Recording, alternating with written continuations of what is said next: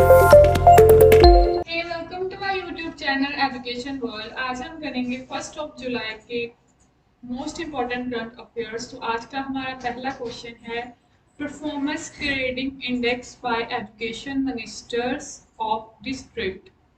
एक performance grading index निकाला गया है डिस्ट्रिक्ट्स का कि कौन सा जिला एजुकेशन हेल्थ में नंबर 1 है, और ऐसे क्षेत्र और ऐसे डिपार्टमेंट्स 12 डोमेन्स पर ये पैरामीटर निकाला गया है, ये इंडेक्स निकाला गया है ऑन 12 डोमेन्स।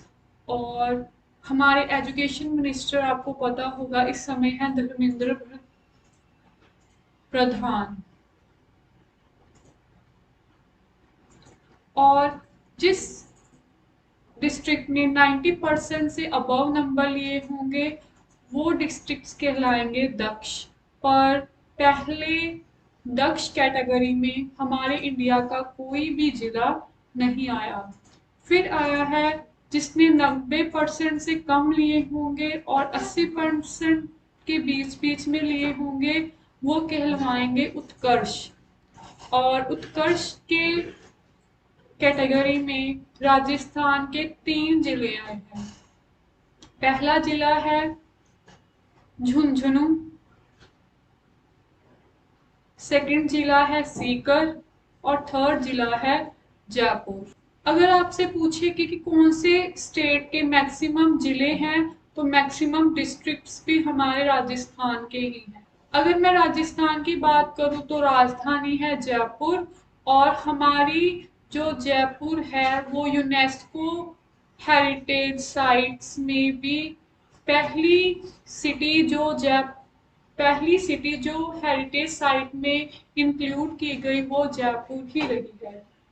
और पहली स्टेट जो एल रूट सर्वर से कनेक्ट हो गई है, मतलब जो भी ई गवर्नेंस आपके ऑफिस होंगे वहां पर हमेशा कनेक्टिविटी की रेंज रहेगी ताकि उनके ये जो भी डॉक्यूमेंट्स है वो उनको लेन देन में कोई प्रॉब्लम ना आए और पब्लिक का काम में कोई रुकावट ना आए। तो इसीलिए पहली स्टेट जो एल रूट सर्वर से कनेक्ट हो गई है वो भी राजस्थान ही है। अगला हमारा क्वेश्चन है heat is in news. Paper में सीधा यही पूछेगा कि हीट क्या है। तो हीट की फुल फॉर्म है हाई एक्सपेंडेबल एरियल टारगेट। क्या है ये? जैसे फॉर एग्जांपल कोई मिसाइल का सफलपूर्ण परीक्षण किया गया है, क्या वो अपने टारगेट पर सही तरीके से कनेक्ट हो पा रही है, और यही टारगेट का नाम है हीट। मतलब हीट को रखा जाएगा एज अ टारगेट, और कोई मिसाइल का लॉन्चमेंट होगी और ये मिसाइल सीधा जाकर इस टारगेट को हिट करेगी। अगर वो हिट कर जाएगी तो हाँ, हमारी मिसाइल सही है। और इसका सफलपूर्ण परीक्षण किया है डीआरडीओ ने। अगर मैं डीआरडीओ की बात करूं तो 1 जनवरी 1958 में इसकी एस्टेब्लिशमेंट की गई है। हेडक्वार्टर है न्यू दिल्ली, और इसके इस समय चेयरमैन है जे सतीश रेड्डी।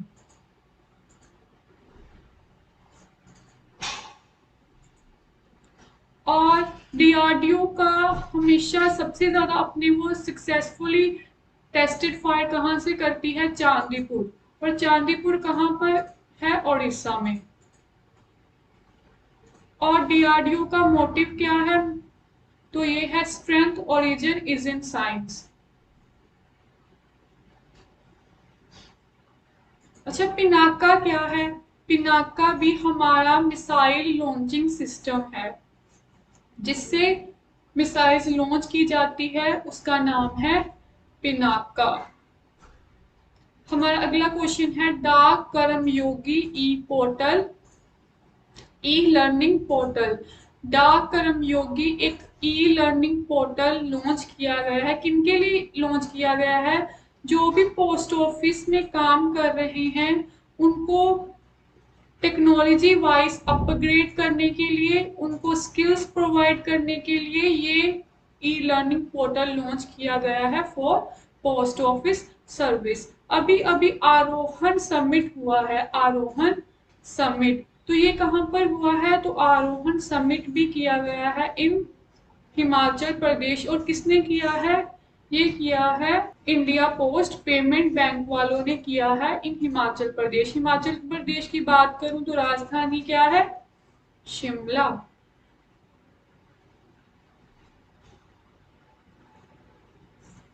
अगला क्वेश्चन है, India first mRNA based indigenous COVID vaccine Gemcovac, one of a very important question. India की पहली स्वदेशी जो मैसेंजर रेंज बेस्ड वैक्सीन है और स्वदेशी है, उसका क्या नाम है, जैमो वेक है। और इसका इमरजेंसी यूज करने के लिए इसको परमिशन मिल चुकी है और इसका 18 साल से अबव के लिए ये वैक्सीन लगाई जाएगी, 18 से अबव उम्र के। अगर मैं कोविड की वैक्सीन की बात करूं तो पहली कंट्री जिसने कोविड की वैक्सीन बनाई थी वो थी स्पुतनिक बाय रशिया। और हमारे इंडिया वालों की दो ज्यादा फेमस है, एक है कोवैक्सीन जो किसकी है, ये है भारत बायोटेक वालों की, और एक है कोविशील्ड। तो कोविशील्ड है serum institute of India, serum institute of India वालों की। तो ये भी याद रखनी है, India first mRNA based indigenous COVID vaccine, तो ये इमरजेंसी यूज के लिए 18 साल से अबव लोगों के लिए। और ये किसने बनाई है, ये पुणे बेस्ड कंपनी है और उस कंपनी का नाम है बायोफार्मा।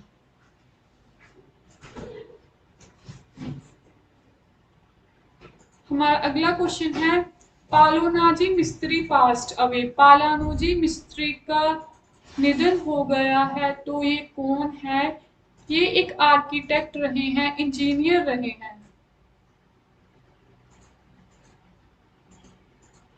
और इन्होंने जैसे आपकी आरबीआई की बैंक की शाखा हो उसका भी निर्माण पालानुजी मिस्त्री ने ही किया था, तो इनका अब देहांत हो गया है 93 ईयर्स में।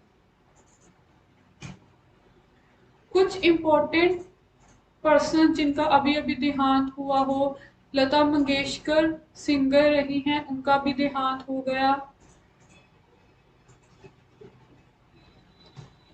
फिर के जो सिंगर रहे हैं, इनका भी देहांत हो गया।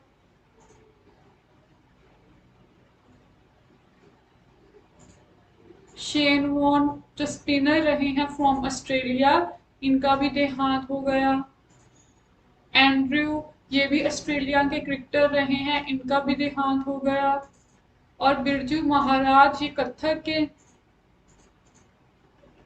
के हैं और इनका भी देहांत हो गया। हमारा अगला क्वेश्चन है, international asteroid day on 13 June. International asteroid day कब सेलिब्रेट होता है, तो ये सेलिब्रेट होता है 30 जून को सेलिब्रेट होता है।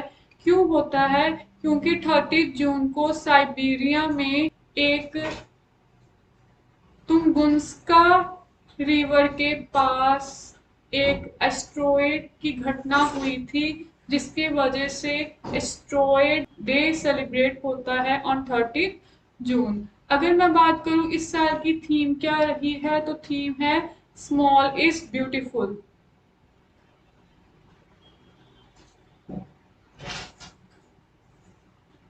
योगा डे सेलिब्रेट होता है ऑन 21 जून।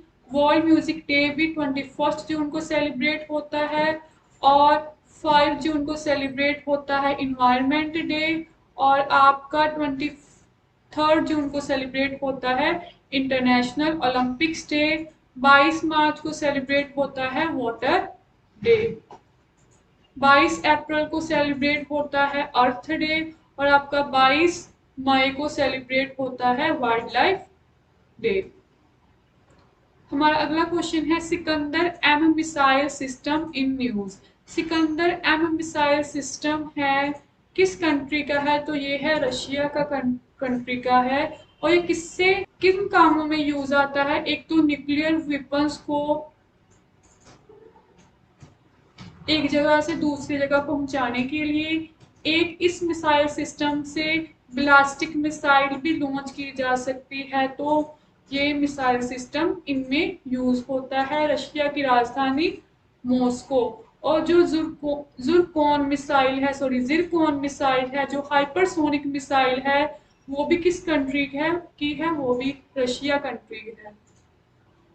हमारा लास्ट क्वेश्चन है single use plastic buy back योजना हिमाचल प्रदेश। आपको पता होगा कि फ्रॉम 1 जुलाई 2022 हमारे इंडिया में क्या क्या बैन होने वाला है? सिंगल यूज प्लास्टिक का। कौन सी प्लास्टिक होती है सिंगल यूज? आपने कभी डिस्पोजेबल ग्लास देखे होंगे, तो वो डिस्पोजेबल ग्लास कहलाते हैं सिंगल यूज प्लास्टिक। और उसी कदम के लिए हिमाचल प्रदेश ने सिंगल यूज प्लास्टिक की योजना शुरुआत की है कि कोई भी बच्चा जो स्कूल में पढ़ता है वो अपने घर से ऐसे डिस्पोजेबल ग्लास लेकर आएंगे और उनको क्वांटिटी के हिसाब से पैसे दिए जाएंगे। तो इसका मेन मोटिव यही है कि सिंगल यूज का खात्मा करना हमारे इंडिया से, और जिसकी वजह से इन्वायरमेंट भी सही रहेगा, क्योंकि सिंगल यूज को डिस्पोज होने में बहुत समय लग जाता है। तो इसीलिए इसका ये मोटिव है। तो आज का सेशन हमारा यहीं पर समाप्त होता है। Thank you for watching. Bye bye.